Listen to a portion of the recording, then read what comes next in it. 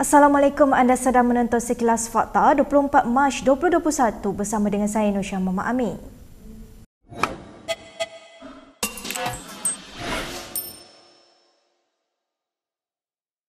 Buat keputusan jelas sama ada mahu bekerjasama dengan UMNO atau bersatu pada PRU akan datang. Itu gesaan dibuat UMNO Kelantan kepada PAS selepas mesyuarat Badan Perhubungan Negeri semalam. Dalam satu kenyataan, Setiausaha UMNO Kelantan Akbar Salim berkata, usul itu dipersetujui 12 daripada 13 ketua UMNO bahagian. Mereka juga bersetuju supaya parti itu memutuskan hubungan dan kerjasama dengan bersatu. Tambahnya, UMNO Kelantan beranggapan pendirian dibuat bahagian ketereh terhadap Presiden Parti Ahmad Zahid sebelum ini sebagai kes terpencil. 20 Mac lalu, UMNO Ketereh yang diketuai Anwar Musa menyatakan akan menghantar surat kepada Ahmad Zahid. Ini bagi menyatakan pendirian untuk terus menyokong Kerajaan Gabungan Perikatan Nasional, Gabungan Parti Sarawak dan Gabungan Rakyat Sabah. Berbanding pemimpin UMNO yang lain, Ismail Sabri dilihat jarang mengulas perkembangan semasa politik.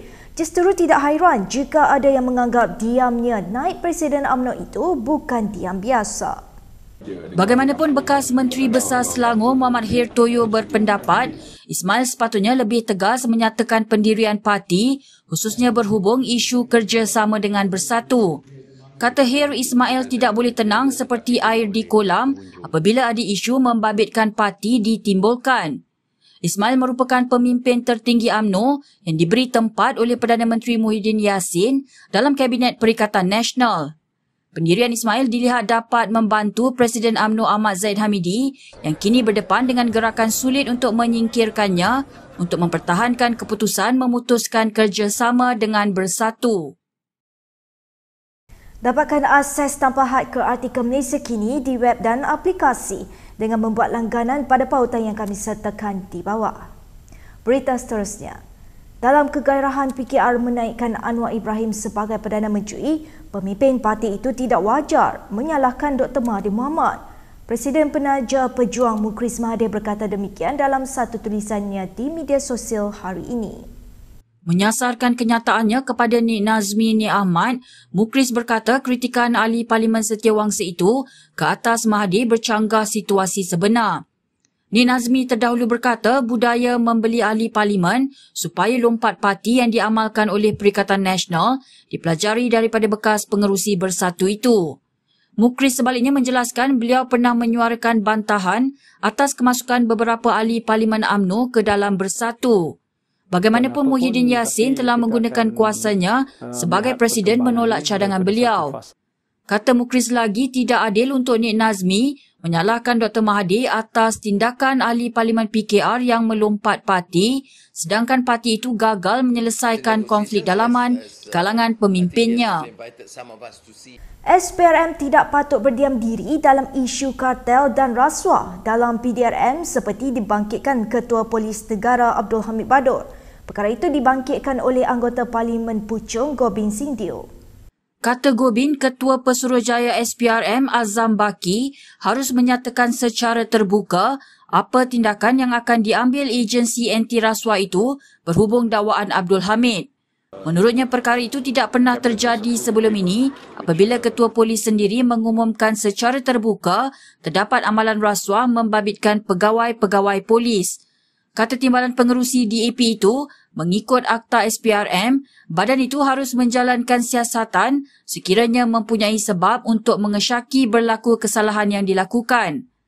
Abdul Hamid sebelum ini mendedahkan wujud gerakan kartel yang terdiri daripada anggota polis muda untuk menyingkirkannya demi kepentingan sendiri.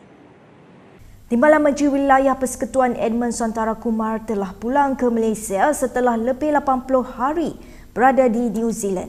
Perkara ini disahkan sendiri ahli Parlimen Segamat itu ketika dihubungi.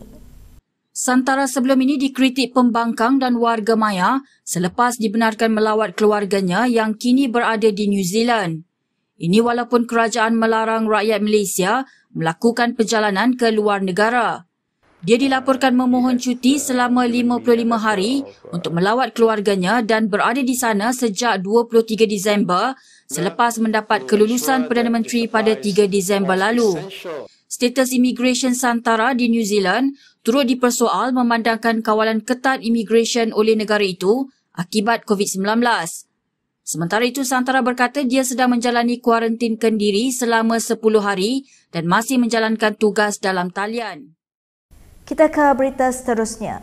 Sebuah helikopter jenis Airbus H125 terhempas dalam kejadian di kawasan lapangan terbang Sultan Abdul Aziz Shah, Subang pagi tadi. Tiada kemalangan jiwa dilaporkan dalam kejadian terpapir. 5 individu yang menaiki helikopter itu, termasuk seorang juruterbang dan penolong juruterbang, terselamat dalam kejadian itu.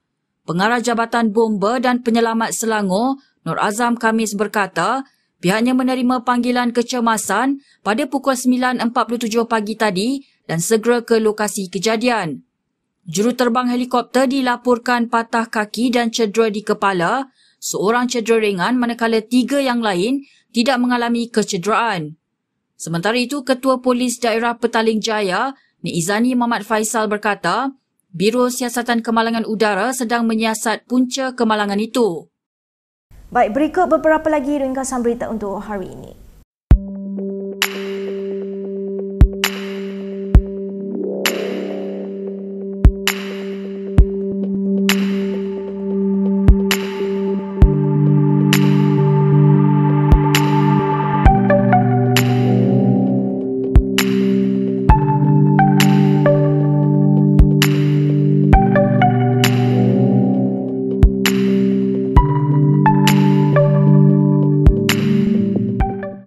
Sekian sahaja daripada saya Nusya Mama Amin untuk sekilas fakta. Untuk lebih banyak berita, anda boleh melayari kinitv.com.